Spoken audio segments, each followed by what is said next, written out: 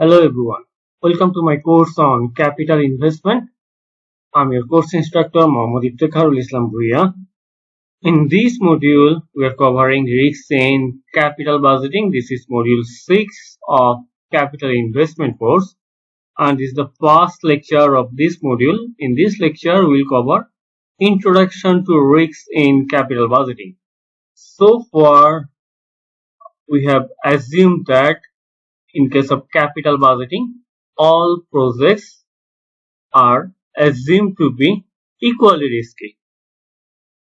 So, the acceptance of any project in general do not affect the firm's overall risk level.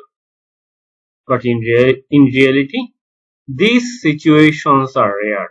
This is because project cash flows typically have different level of risks and the acceptance of a project does affect the firm's overall risks. Now, here are the cash flows and the calculation of NPV of project A and project B. Project A requires an initial investment of $42,000 and project B requires an initial investment of $45,000.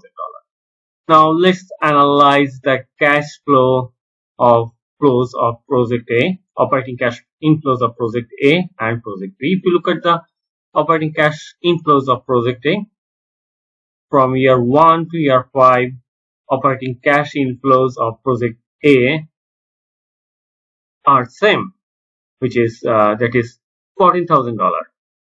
But if you look at project B's operating cash inflows, in year 1 it is $28,000, then year 2 it is $12,000, then over the next 2-3 years it is $10,000. So if we analyze the cash flows of project B, we can say that the cash flows of project B fluctuates more than the cash flows of project A.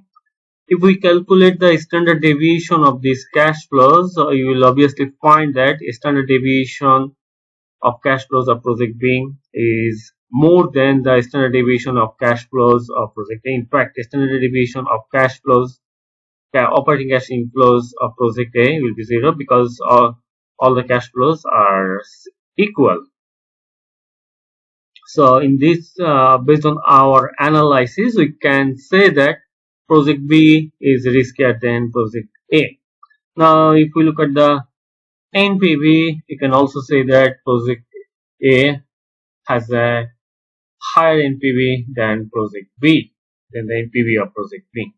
So project A is definitely more acceptable than project B. That's all about this lecture. In our next lecture, we'll cover behavioral approaches for dealing with risks.